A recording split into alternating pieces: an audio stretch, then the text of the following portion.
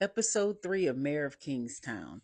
Now, this episode, I feel like there was like a lot going around, or there was a lot of different moving parts that need to come together. So we start off with Carney's, they're talking, the warden is talking to the rest of the um, prison guards or officers about Carney's death. And it's pretty like they pass out pamphlets and that's kind of all they leave it. They don't do a whole lot more with that. Kyle's still struggling. Robert's still struggling. Mike and Ian show up at Carney's house, and that's Mike looking at them covering up the body. Mike tells Kyle that Carney's gone, and Kyle said he feels helpless. He feels like he can't do anything in there, and but wasn't Kyle kind of helpless anyway before he was locked up? But Mike tells him, you're doing a lot. You're protecting everyone from just by being in here.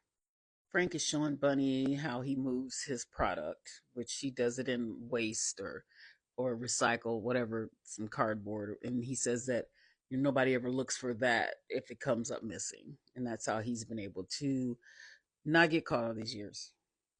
Mike meets with Cindy and they're talking about Carney and Mike tells her just forget about it. Don't worry about it. You're out of this. So Mike doesn't want her to have any to do anything else with this whole Kyle situation. I think so. I predicted that she was going to have a relationship with Kyle in prison, but now I think she's going to have a relationship with Mike because since when does he not want somebody to watch after Kyle? This is the cartel watching one of Bunny's corners or houses, dope houses. I wonder what they're up to. Y'all, Kyle he took the pill. We knew he would. He took the pill that he got from Callahan, which I again it blows my mind that Kyle does not know better. Um, I know he's in there, and I know he's had a tough couple of days, but you haven't even been in there a week, and you're already popping pills, Kyle.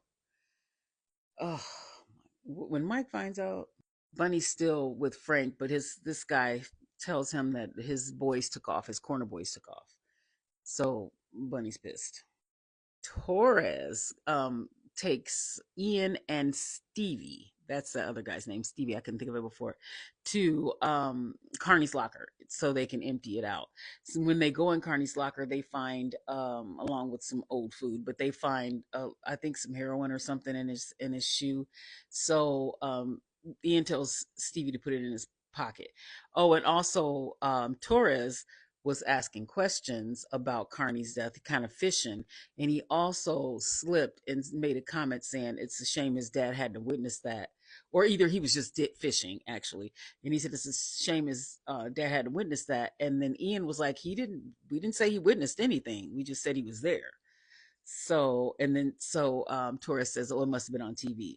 But see, when I first saw that, I was like, oh, he slipped up, right? But then later they mentioned he was fishing for information to see what his dad knew. So these kids come out of an apartment building, and there is like a DoorDash or whatever box in front of it, and they open it, and it's a lot of body parts, a lot of body parts, and it is Bunny's boys that were missing, that they think took off. So the cartelled. Mike calls Bunny to tell him about Carney, and so Bunny tells him I have a guard on the inside. And Mike was like, you could have led with that. Like you could have told me that. Because they had a conversation way before that. And Bunny could have just said that in the beginning. So Mike was like, I need to meet with your other contact or with your guard. And then Mike was like, thank you. Like he does that this whole show. He's like telling people what to do this whole episode. And then he's like, thank you, which kind of sounds like F you. So Mike meets Ian and Stevie at this diner, and Stevie and Ian tell Mike that they found drugs on Carney, and Mike was like, "Okay, that they must have. It had to be planted. It could have been planted." And they were like, "I don't know." And he said, "Listen," Mike said, the way he talks about Carney, he said Carney couldn't even chew gum and walk at the same time. You think he could hide if he was dirty to us? Which I'm with Mike though. I think they Torres and the warden planted that. That's just what I think. So um Evelyn's down at the courthouse and Robert shows up and she's like, "Are you following me?" And he said he had business he needs to take care of to try to get reinstated.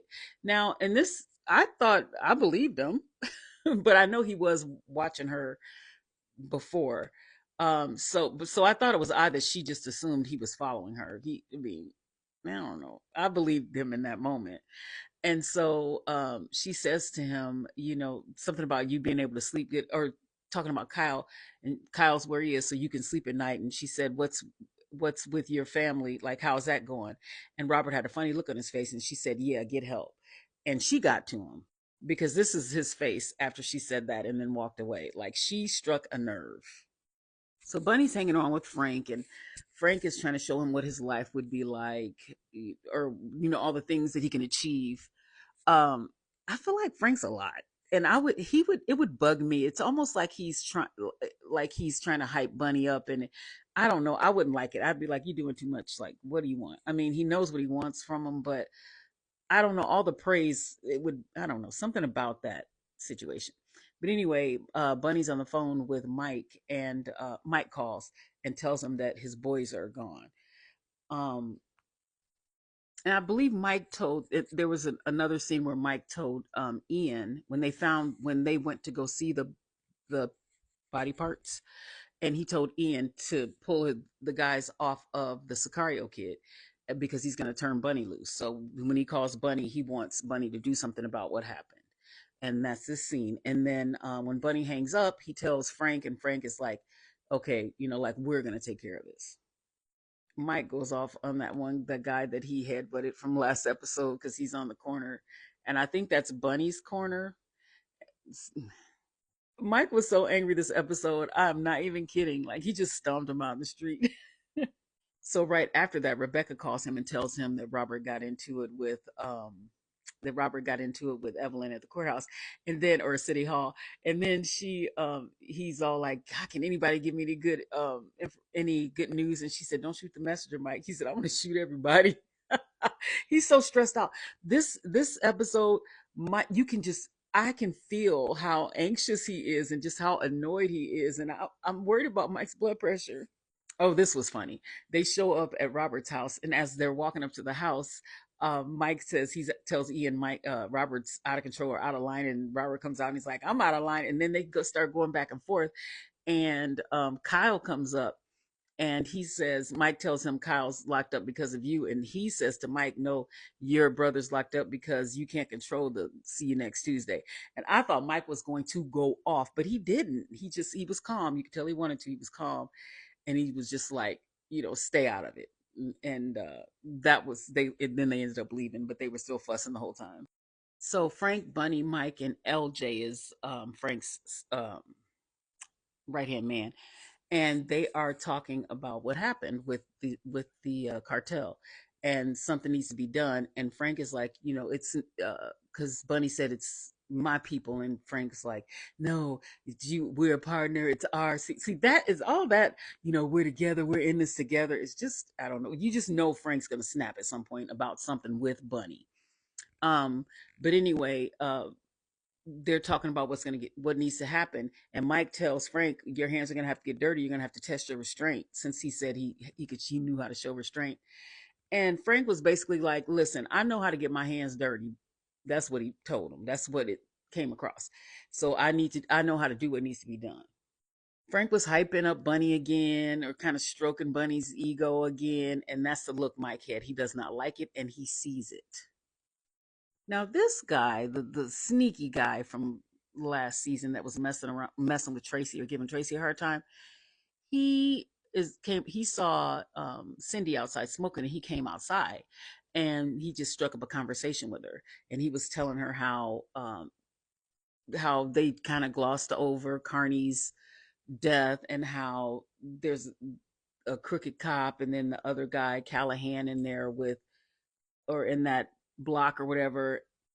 And she says she heard it a different way, that she didn't think that Kyle was a crooked cop. um and he said, well, and so they had a little conversation, and he started talking about things that he's seen, and I'm not he's working some kind of angle. This was